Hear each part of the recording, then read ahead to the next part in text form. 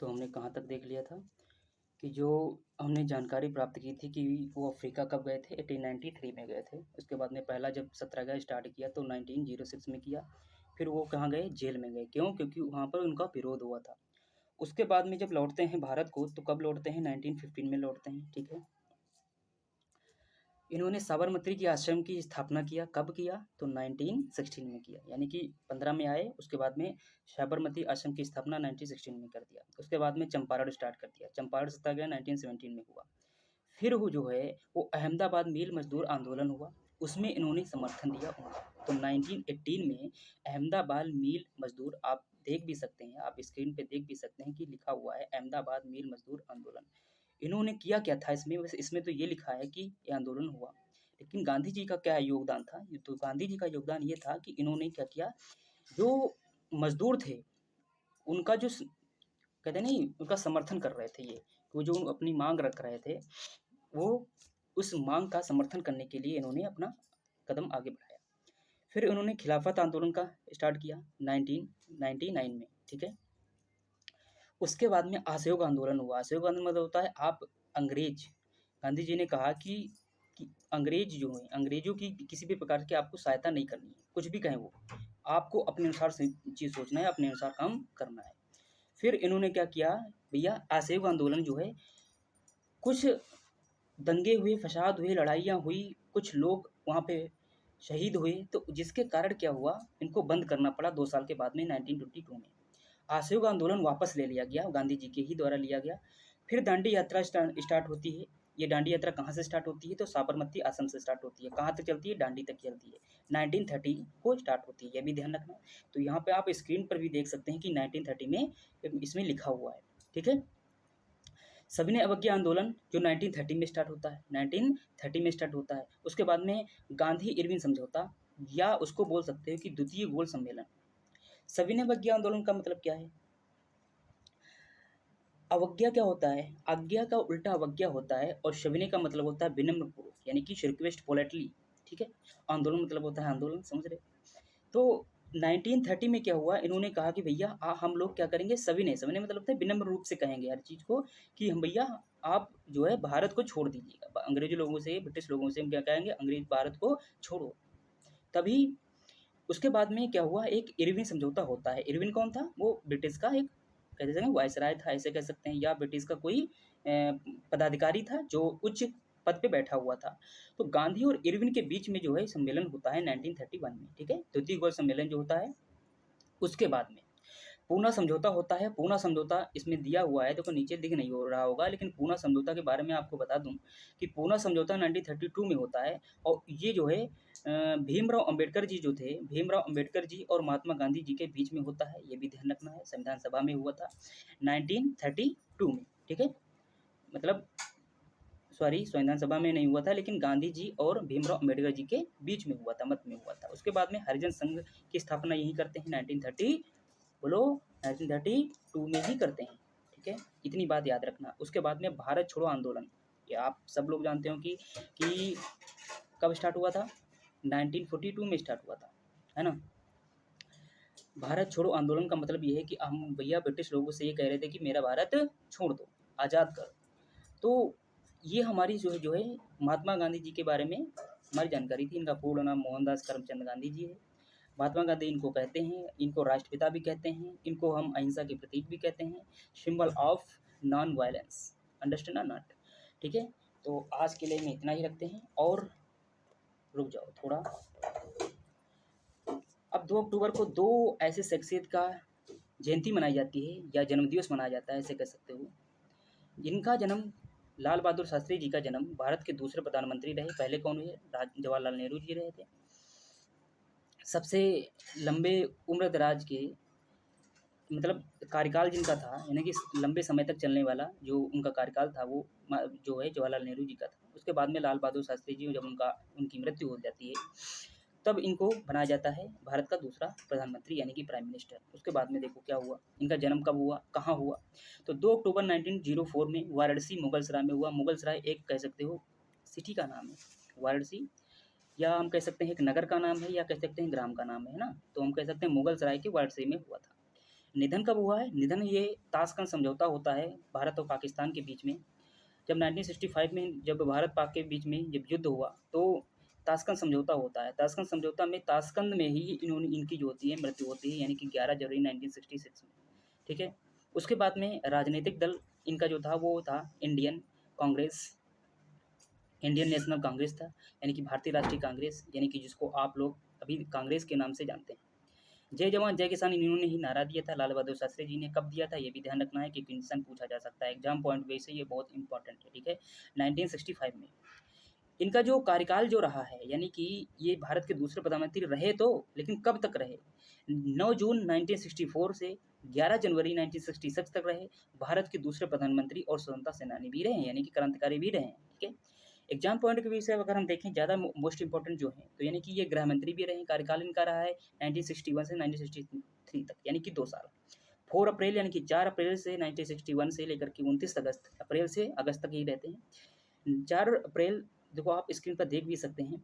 4 अप्रैल 1961 से लेकर के 29 अगस्त 1963 तक चलता है। भारत के विदेश मंत्री के रूप में भी इन्होंने कार्य किया है, लेकिन ज़्यादा नहीं किया है।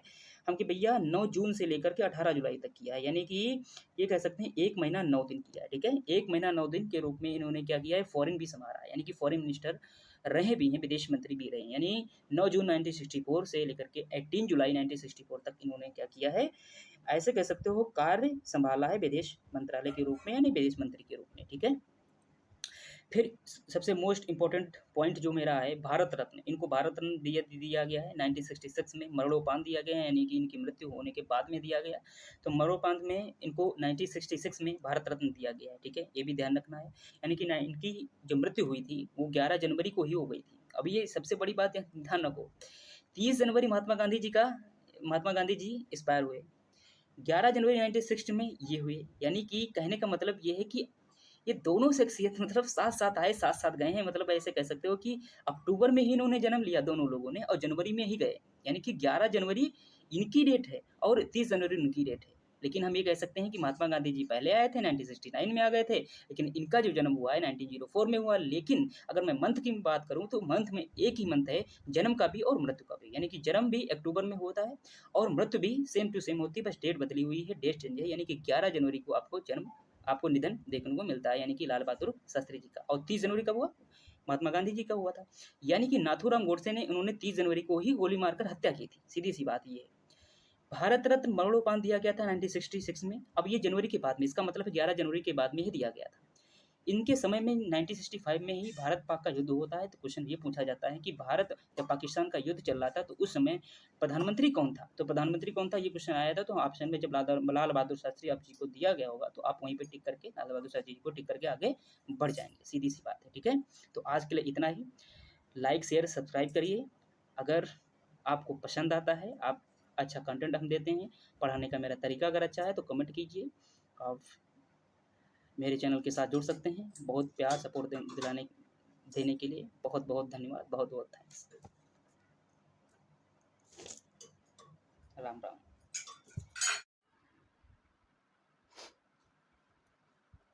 नमस्कार, बहुत बहुत स्वागत है आपका मेरे चैनल पर, फोर्स नॉलेज ऑफिशियल पर।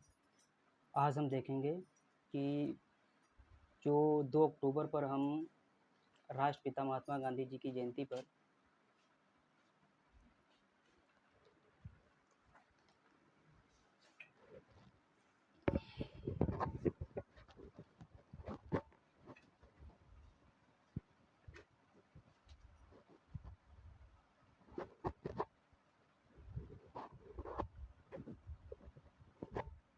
गांधी जयंती मनाते हैं, उसके बारे में हम थोड़ा बात करेंगे।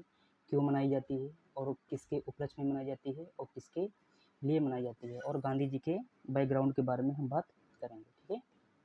यानी कि उन्होंने कहाँ से पढ़ाई किया, कहाँ से वकालत किया, और ये जब दक्षिण अफ्रीका गए तो कब गए, वहाँ से लौट कर कब आए, है ना।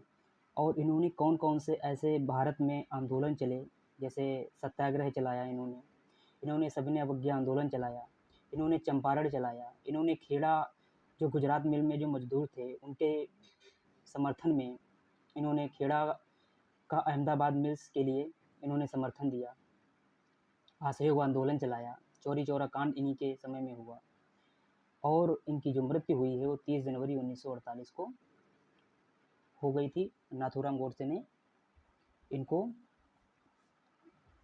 गोली से मारकर हत्या कर दी थी। ठीक है, तो इनके जन्म की मैं बात करूं तो 2 अक्टूबर 1869 को मनाया जाता है और 2 अक्टूबर में मनाने का कारण यही है कि ये अहिंसा के पुजारी थे, अर्थात ये कह सकते हैं कि मेरे राष्ट्रपिता महात्मा गांधी अहिंसा के पुजारी यानी कि अहिंसा के क्या थे, प्रतीक। हमारे देश में अगर अहिंसा के प्रतीक कोई है तो महात्मा गांधी जी हैं। इसीलिए कारण ये रहा कि भारत सरकार ने आरबीआई पे जब हमारा नोट में मुद्रीकरण हुआ तो उसमें महात्मा गांधी जी का जो सिंबल है, अर्थात ये कह सकते हैं फ़ोटो इमेज, उसमें संलग्न की गई और आज भी वो नीति और अब भी अपनाई जाती है। वो चाहे विमुद्रीकरण जो मोनेटाइजेशन हुआ था यानी कि नोटबंदी जो हुई थी, उसमें बंद करने के बाद में जब दूसरी चीज़ यानी कि दूसरी नोट जब लाई गई, दूसरी नोटों का जब संचालन किया गया तो हुआ ये कि हम ये देखने को पाते हैं कि महात्मा जी जो थे, महात्मा गांधी जी का जो फ़ोटो था वो हटाया नहीं गया था। ठीक है, अब हम बात करेंगे थोड़ा कि इनका जन्म कहाँ हुआ था और इनके पिताजी का नाम क्या था, है ना, और इनको कहते क्या हैं, राष्ट्रपिता कहते हैं। ठीक है, इन्होंने ही करो मरो का नारा दिया था, डू या डाई जिसको इंग्लिश में कहते हैं। कांग्रेस की स्थापना इन्होंने 1924 में किया था जो बेलगांव और कर्नाटक में पड़ता है। ठीक है, एक ही इन्होंने जो है कांग्रेस की अध्यक्षता की थी, ये भी ध्यान रखना है। इनके राजनीतिक गुरु गोपाल कृष्ण गोखले हैं और आध्यात्मिक गुरु रामचंद्र जी हैं। ठीक है, दोनों याद रखने हैं। आध्यात्मिक गुरु कौन है, रामचंद्र जी हैं, और राजनीतिक गुरु कौन है, गोपाल कृष्ण गोखले जी। अफ्रीका जब ये गए तो उनका सन था 1893 में ये अफ्रीका गए और इन्होंने पहला सत्याग्रह जब स्टार्ट किया तो दक्षिण अफ्रीका से ही स्टार्ट किया था। उसके बाद में ये जेल गए 1908 में। और इनके बारे में अगर हम अन्य जानकारियाँ लें, अर्थात ये हम कहें कि इनका विशेष आंदोलन कौन कौन रहे हैं, क्या क्या इन्होंने चलाया था। पिताजी कौन थे इनके, पिताजी इनका नाम था करमचंद गांधी और इनकी माता जी का नाम था पुतलीबाई। ठीक है, गांधी जी अफ्रीका जब गए तो उन्होंने देखा कि वहाँ जो लॉ की पढ़ाई है, वकालत जो उन्होंने की थी तो वहीं से किया था और सत्याग्रह की शुरुआत वहीं से कर दिया था। और सत्याग्रह जब स्टार्ट हुआ तो वहाँ के लोगों ने इनका विरोध किया और विरोध होने से ही ये क्या हुए, पहली बार वही जेल गए थे 1908 में, क्योंकि 1915 में ही भारत लौट के आए हैं दक्षिण अफ्रीका से। ठीक है, फिर इन्होंने क्या किया, 1915 में लौट के आए हैं, तब हम भारत की यात्रा देखते हैं कि भारत में इन्होंने क्या क्या किया है।